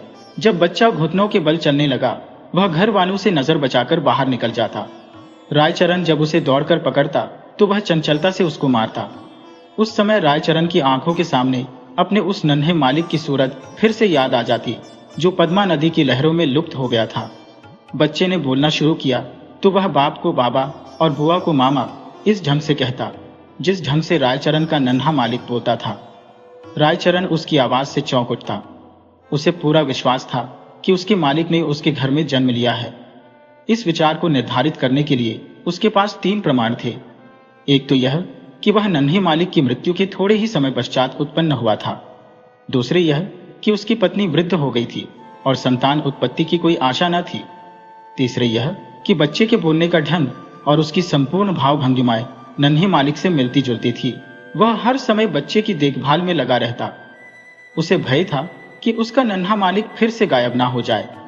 वह बच्चे के लिए एक गाड़ी भी ले आया और अपनी पत्नी के आभूषण बेचकर बच्चे के लिए आभूषण बनवा दिए। वह उसे प्रतिदिन सैर करने के लिए बाहर लेकर जाता। धीरे धीरे दिन बीतने लगे। बच्चा सयाना हो गया, परंतु इस लाड़ चाव में वह बहुत ही बिगड़ गया था। किसी से सीधे मुंह बात ना करता। गांव के लड़के उसे लाड साहब कहकर छेड़ते थे। जब लड़का शिक्षा के योग्य हुआ तो रायचरण ने अपनी छोटी सी जमीन बेची और कलकत्ता आ गया। उसने दौड़ धूप करके नौकरी खोजी और अपने बच्चे को स्कूल में दाखिल करवाया। उसके बच्चे का नाम फलन था। उसे पूरा विश्वास था कि वह बड़ा होकर अवश्य जज बनेगा। होते होते अब फलन की आयु 12 वर्ष की हो गई। अब वह खूब पढ़ लिख सकता था। उसका स्वास्थ्य अच्छा था और सूरत शक्ल भी अच्छी थी। उसे बनाव श्रृंगार की बड़ी चिंता रहती। जब देखो वह दर्पण हाथ में लिए हुए बाल बनाता रहता। वह बड़ा ही खर्चीला था। पिता की सारी आय व्यर्थ की विलास सामग्रियों में व्यय कर देता। रायचरण उससे प्रेम तो पिता की भांति करता था, किंतु प्रायः उसका बर्ताव उस लड़की से ऐसा ही था जैसे मालिक के साथ नौकर का होता है। फलन भी उसे पिता नहीं समझता था। दूसरी बात यह भी थी कि रायचरण स्वयं को फलन का पिता प्रकट भी नहीं करता था। फलन के बाकी दोस्त रायचरण के ग्वारपन का उपहास करते थे और फलन भी उनके साथ हो जाता था। रायचरण ने जमीन बेचकर जो कुछ रुपया प्राप्त किया था वह अब लगभग सारा समाप्त हो चुका था। उसका साधारण वेतन फलन के खर्चों के लिए कम था। वह प्रायः अपने पिता से जेब खर्च के लिए झगड़ता रहता था। आखिर एक युक्ति रायचरण के मस्तिष्क में आई। उसने नौकरी छोड़ दी और उसके पास जो भी रुपया शेष था फलन को सौंपकर बोला, फलन, मैं एक आवश्यक कार्य से गांव जा रहा हूं, बहुत जल्दी वापस आ जाऊंगा। तुम किसी बात से घबराना नहीं। ऐसा कहकर रायचरण सीधा उस जगह पर पहुंचा जहां अनुकूल बाबू जज के ओहदे पर लगे हुए थे। उनके और कोई दूसरी संतान न थी, इस कारण पत्नी हमेशा ही चिंता में रहती थी। अनुकूल बाबू और उनकी पत्नी घर पर ही थे। काफी दिनों के पश्चात अपने वृद्ध नौकर रायचरण को देखकर मालकिन बड़ी ही आश्चर्यचकित हुई, परंतु पुरानी सेवाओं का विचार करके उनको रायचरण पर तरस आ गया। उन्होंने पूछा, क्या तुम फिर नौकरी करना चाहते हो? रायचरण ने मुस्कुराकर उत्तर दिया, मैं अपनी मालकिन के चरण छूना चाहता हूं।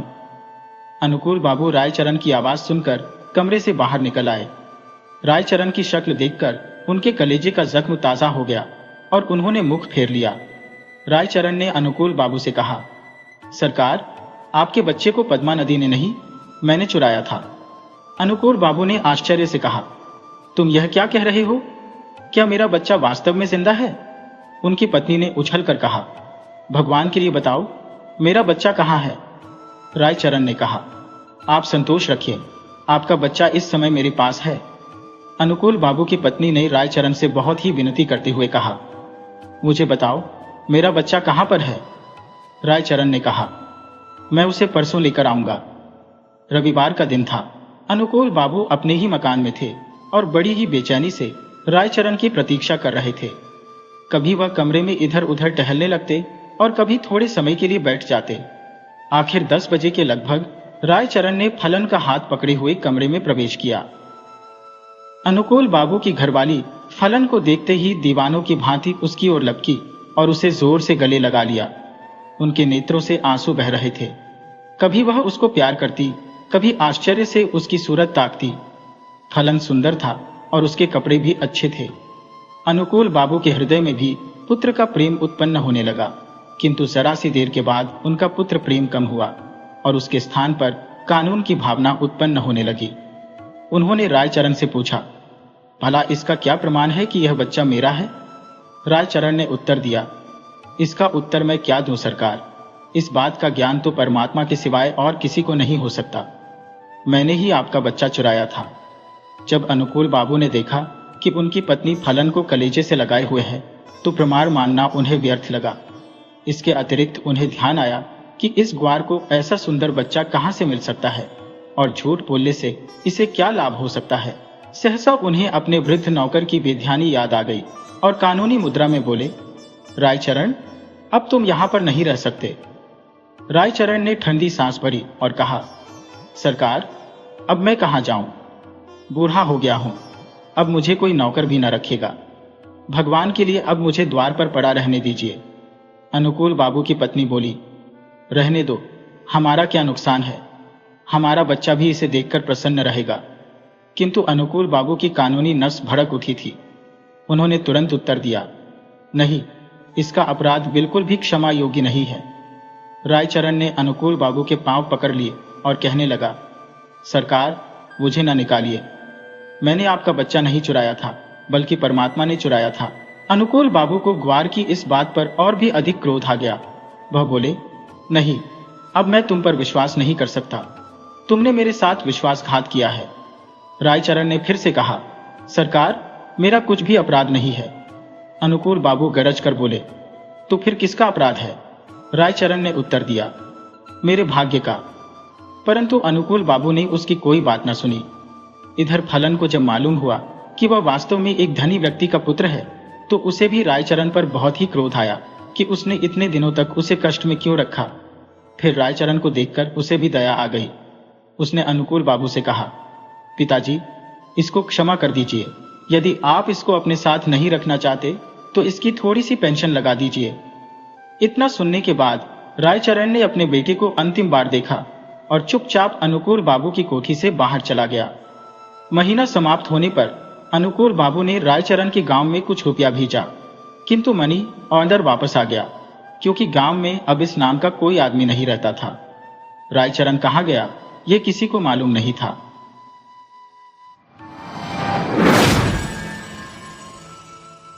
वीडियो अच्छी लगी हो तो इसे लाइक करें और ऐसी ही मज़ेदार कहानियों के लिए चैनल को सब्सक्राइब करें और बेल आइकन दबाएं। ज़्यादा से ज़्यादा अपने दोस्तों को शेयर करें। धन्यवाद।